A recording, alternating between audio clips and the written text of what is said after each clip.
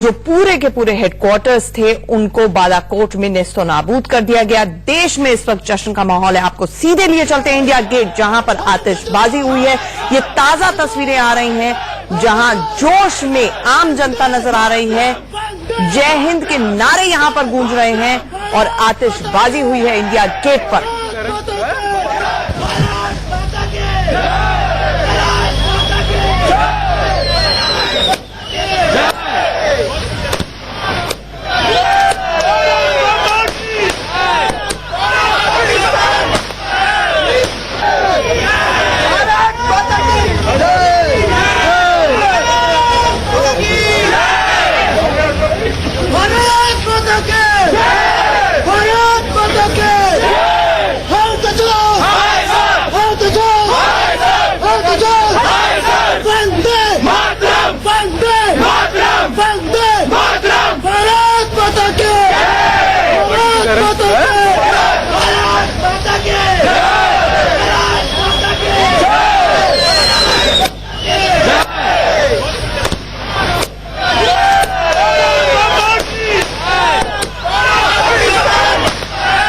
तो राजीव चौक से ये तस्वीरें देख रहे हैं आप, जहां पर आम जनता जुट गई है और एक तरफ पाकिस्तान है जो अभी तक डिनायल मोड में है। पाकिस्तान की सरकार से ही उन्हीं के पत्रकार, उन्हीं की जनता सवाल पूछ रही है कि इतना बड़ा भारत की तरफ से हमला हो गया, पाकिस्तान में घुसकर हमला हो गया और पाकिस्तान को खबर तक नहीं थी। वहीं दूसरी तरफ देखिए ये जोश नजर आ रहा है आम जनता का, उस जनता का जो कैंडल उठाए अभी तक फिर रही थी, क्योंकि पुलवामा आतंकी हमले के बाद 40 से ज्यादा हमारे जवान सीआरपीएफ के शहीद हुए थे। उसकी शहादत को तो नमन कर रही थी, लेकिन दिल में गहरा घाव था कि आखिरकार अब बहुत हुआ, पाकिस्तान को सबक सिखाने का वक्त आ गया है। और शायद यही वो खुशी है जो आज नजर आ रही है कि कहीं ना कहीं हमने अपनी आत्मरक्षा के लिए कार्रवाई तो की, पाकिस्तान जैसे मुल्क को जवाब तो दिया। तो भारत ने पुलवामा में शहीद हुए 40 सपूतों की शहादत का बदला ले लिया है। इंडियन एयरफोर्स ने पाकिस्तान में घुसकर एयर स्ट्राइक की और जैश-ए-मोहम्मद के कैंप नेस्तो नाबूद कर दिए। एयर स्ट्राइक की पूरी इनसाइड स्टोरी आपको बताएंगे, लेकिन पहले देखिए भारत ने कैसे लिया आतंकी मसूद अजहर से ये बदला।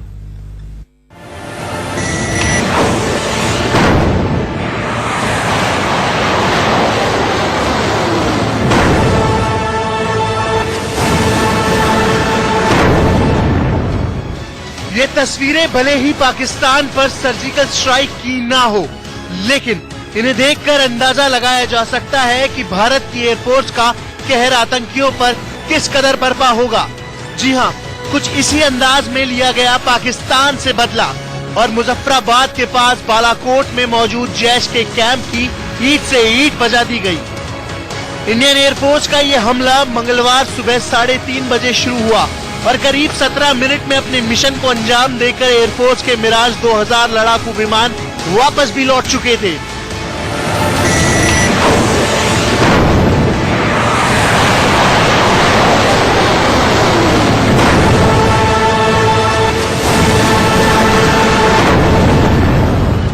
धुआं छटा तो आतंकी कैंपों का नामो निशान तक मिट चुका था। एक अंदाजे के मुताबिक भारत की इस कार्रवाई में करीब 300 आतंकी मारे गए। सुबह पाकिस्तान के पीआरओ ने ट्वीट कर भारत की इस कार्रवाई की जानकारी दी, लेकिन ये नहीं बताया कि भारत ने आतंकी कैंपों में कैसे कहर बरपाया।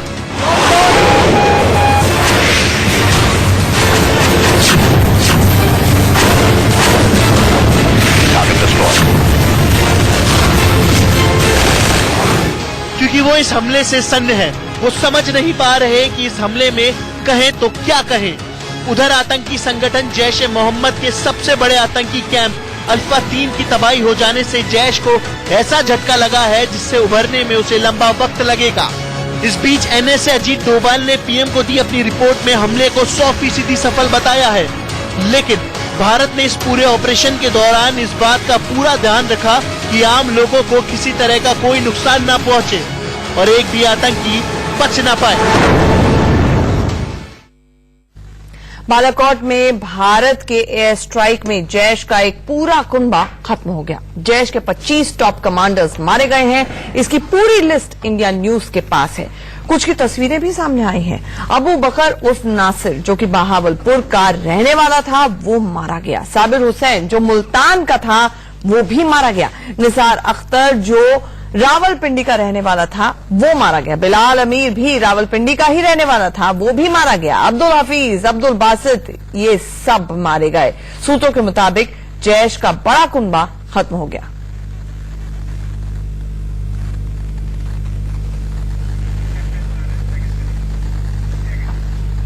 अब आपको दिखाते हैं एयर स्ट्राइक की पूरी इनसाइड स्टोरी। देखिए कैसे पुलवामा हमले के बाद भारत ने योजना बनाई और पाकिस्तान को मुंह तोड़ जवाब दिया। 14 फरवरी को सीआरपीएफ कॉन्वॉय के अटैक के 12 दिन के अंदर अंदर भारतीय वायुसेना ने पाकिस्तान को सबक सिखा दिया। मंगलवार को सुबह तड़के भारतीय वायुसेना के एयरक्राफ्ट ने पाकिस्तान में घुसकर पाकिस्तान के आतंकी ठिकानों को तबाह कर दिया। आइए हम आपको बताते हैं कि भारत की एयर स्ट्राइक की पूरी इनसाइड स्टोरी। 14 फरवरी पुलवामा में आतंकियों ने सीआरपीएफ के काफिले पर हमला किया।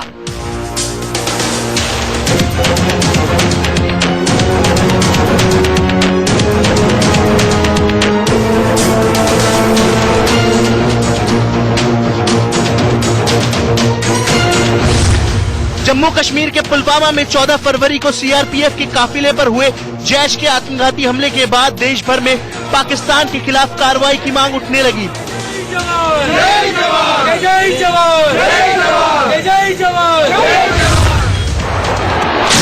15 फरवरी तीनों सेना के चीफ पीएम मोदी और एनएससी की मीटिंग। 15 फरवरी को मीटिंग थी जब प्रधानमंत्री नरेंद्र मोदी को सैन्य कार्रवाई के विकल्प बताए गए। उसमें यह भी बताया गया कि आखिर कैसे और कौन कौन से वो आतंकवादियों के कैंप हैं जहां टारगेट किया जा सकता है।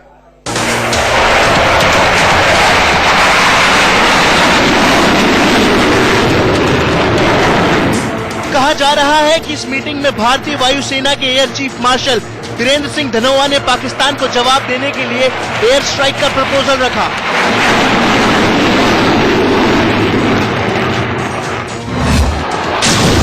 16 फरवरी आर्मी की बड़ी सर्जिकल स्ट्राइक का विकल्प खारिज। सैन्य एक्शन की रणनीतिक सोच विचार के बाद आर्मी की बड़ी सर्जिकल स्ट्राइक के बजाय दूसरे विकल्पों को ज्यादा तरजीह दी गई। दरअसल पाकिस्तान की चौकियों को हथियाने में जोखिम कुछ ज्यादा था, इसलिए पाकिस्तान लगातार सीमा पर भारी गोलीबारी कर रहा था। इसलिए आर्मी की बड़ी सर्जिकल स्ट्राइक का विकल्प खारिज कर दिया गया। लेकिन इस दौरान भारत ने पाकिस्तान की चौतरफा नाकेबंदी की योजना बनाई और नेवी की पनडुब्बियों को कराची और ग्वादर पोर्ट के पास भारतीय समुद्री सीमा पर तैनात किया गया, ताकि पाकिस्तान को लगे कि भारत समुद्र के जरिए कोई बड़ी कार्रवाई करने जा रहा है।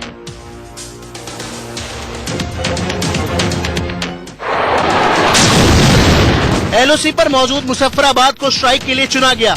इंडियन एयरफोर्स के डीजी ऑपरेशंस के निर्देश दिए कि पाकिस्तान के एयर स्पेस में 10 से 15 मील के अंदर कार्रवाई करेंगे, क्योंकि पीएम मोदी और एनएसए को निर्देश था कि किसी किस्म का नुकसान नहीं होना चाहिए। आर्मी और एयरफोर्स ने एलओसी पर हेरोइन ड्रोन के साथ हवाई निगरानी शुरू कर दी, ताकि पता लगाया जा सके कि पाकिस्तान के रेडार और सीना की मूवमेंट कहां है। इसके बाद जो रणनीति तैयार हुई वो थी एयर स्ट्राइक की। पहले एलओसी और पोखरण को नजर में रखा गया, लेकिन इतने संवेदनशील थे कि वहां से यह ऑपरेशन करना ठीक नहीं होता, इसलिए ग्वालियर को लॉन्च स्ट्राइक के लिए चुना गया। 18 फरवरी एयर स्ट्राइक करने के लिए 5 टारगेट के विकल्प दिए।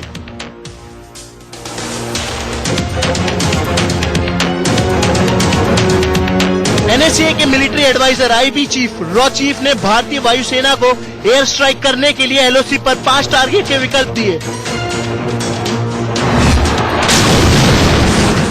19 फरवरी पाकिस्तान के एयर स्पेस में अंदर न जाने की हिदायत।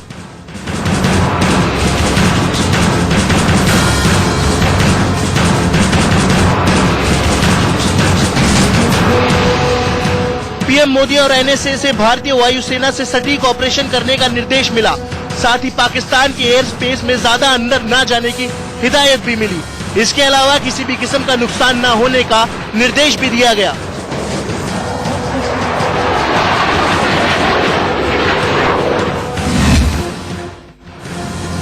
26 फरवरी पाकिस्तान पर एयर स्ट्राइक। इंडियन एयरफोर्स के 1 squadron tiger, 7 squadron battle axes, 9 wolf packs के अलावा मिराज स्काइड्रन ग्वालियर एयरबेस से एयर स्ट्राइक के लिए तैयार हुए थे। इस मिशन की सबसे बड़ी दिक्कत थी कि लगातार पुलवामा अटैक के बाद ही पाकिस्तानी फौज और एजेंसियां हाई अलर्ट पर थी।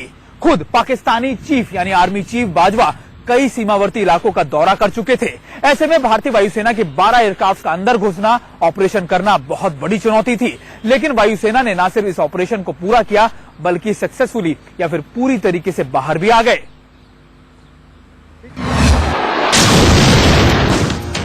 रात 1 बजे वायुसेना की एयरक्राफ्ट 1 EMB AEW 145 ने भटिंडा एयरबेस से उड़ान भरी। रात 2 बजे 1IL-78 मिड एयर रिफ्यूलर ने आगरा एयरबेस से उड़ान भरी। रात 2 बजे 16 मिराज 2000 ग्वालियर एयरबेस से निकला। इनमें से 6 को आतंकी ट्रेनिंग कैंप्स पर बम गिराने का काम दिया था। रात 3 बजे ASU-30 MKIS ने सिरसा एयरबेस से उड़ान भरी। रात 3 बजे सारे भारतीय एयरबेस को अलर्ट किया गया ताकि अगर प्लेन क्रैश की कोई इमरजेंसी होती है तो तुरंत एक्शन में आया जा सके। रात 3 से 3:30 के बीच बालाकोट में मौजूद जैश, लश्कर और हिजबुल के आतंकी ठिकानों को टारगेट पर लिया गया। इस दौरान उन्हें 20 मिनट में आतंकी ठिकानों को तबाह करने का समय तय किया गया था, लेकिन भारतीय एयरक्राफ्ट 17 मिनट में ही कार्रवाई खत्म कर लौट आए। इस हमले में लॉन्चिंग पैड की जगह आतंकवादियों के ट्रेनिंग बेस को निशाना बनाया गया, क्योंकि सबसे ज्यादा आतंकी वहीं मौजूद थे। कहा यह भी जाता है कि इस पूरे ऑपरेशन की निगरानी सेंटर और ईस्टर्न एयरफोर्स ने की थी, जिसको खुद दिल्ली में वायुसेना भवन में मॉनिटर किया जा रहा था। अभी कुछ ही महीने हुए हैं कि पाकिस्तान को नया प्रधानमंत्री मिला। इमरान खान ने कहा कि वो नया पाकिस्तान बनाएंगे, लेकिन पाकिस्तान पुराना का पुराना है, क्योंकि आतंकवाद, terrorism is an instrument of state policy. ऐसे में आज अभी इस वक्त से भारत नया हो गया है, नई नीति हो गई है, एक नई रेड लाइन है कि अब इस तरह के आतंकवाद को बर्दाश्त नहीं किया जाएगा। एक आम नागरिक की हैसियत से भी हमारे साथ डॉक्टर कौशल जुड़ रहे हैं इस वक्त, यूथ फॉर इक्वालिटी के। डॉक्टर कौशल, मैं ये जानना चाहूंगी कि जिस तरह से भारतीय यूथ है, जब ये हमले की खबर आई, सीआरपीएफ के 40 जवानों पर हमला हुआ, उनके कॉर्डन पर हमला हुआ, उसके बाद शहादत का बदला, जो गुस्सा था वो फूट पड़ रहा था और कहीं ना कहीं वो इंतजार कर रहा था कि सरकार का जवाब क्या होगा। ये जो जवाब मिला है आज पूरी तरह से माकूल है और बहुत जरूरी था हमारे यूथ के लिए, लुकअप टू करने के लिए भी।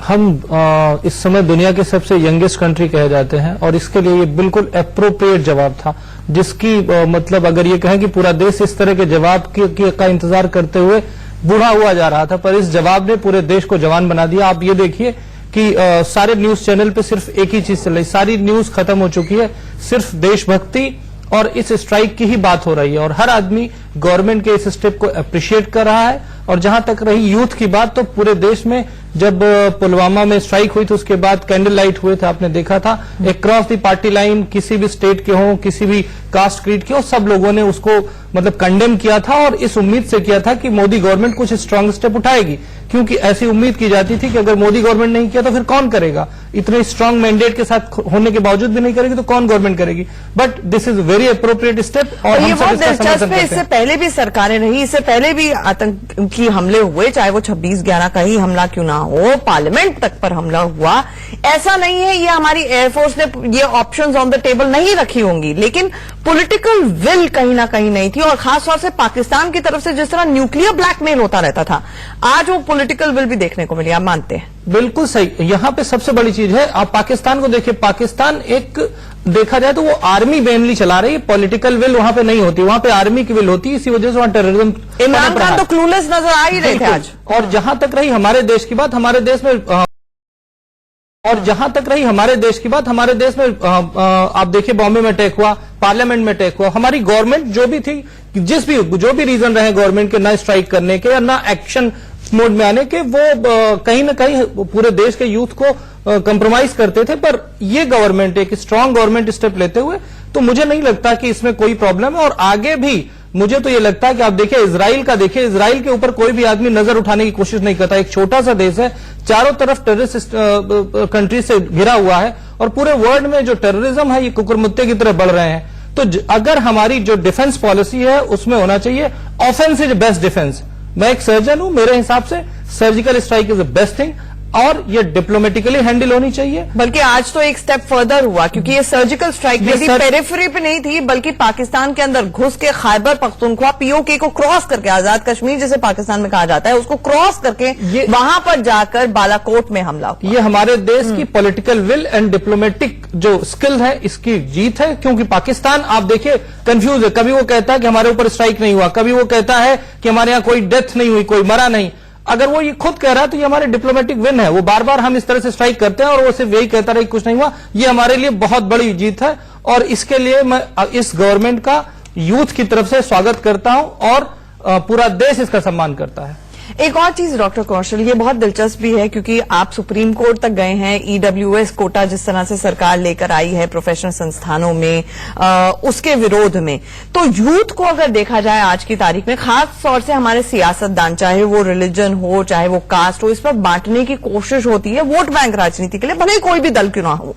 लेकिन सेना का कोई धर्म नहीं होता है, सेना की कोई जात पात नहीं होती है, उसका एक धर्म होता है देश की रक्षा करना, और देश की रक्षा करने के रास्ते पर वो अपने प्राण न्यौछावर कर देती है। और आज ये हमारे रियल हीरोज जो हमारे एयर स्ट्राइक में पूरा का पूरे जो शामिल थे पायलट्स, उनके लिए हैट्स ऑफ है। आप ये समझिए कि ये इकोनॉमिक कोटा, कास्ट, रिलीजन ये बहुत छोटी चीज है। जहां देश की बात आती है तो ये सब कहीं मैटर नहीं करते।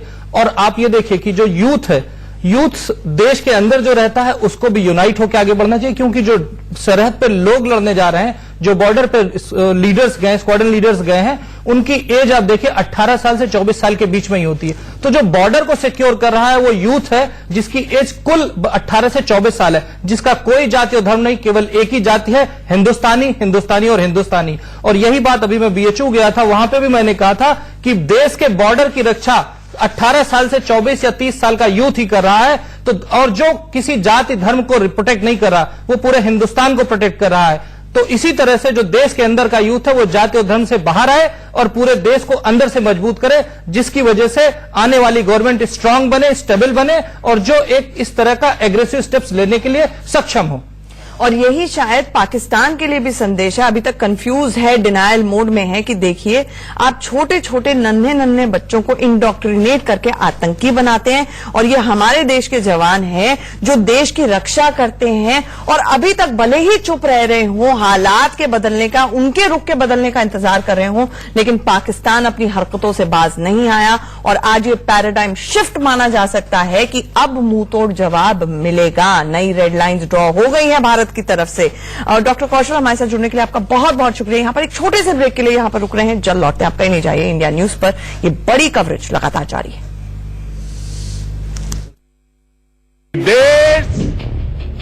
हमारे देश को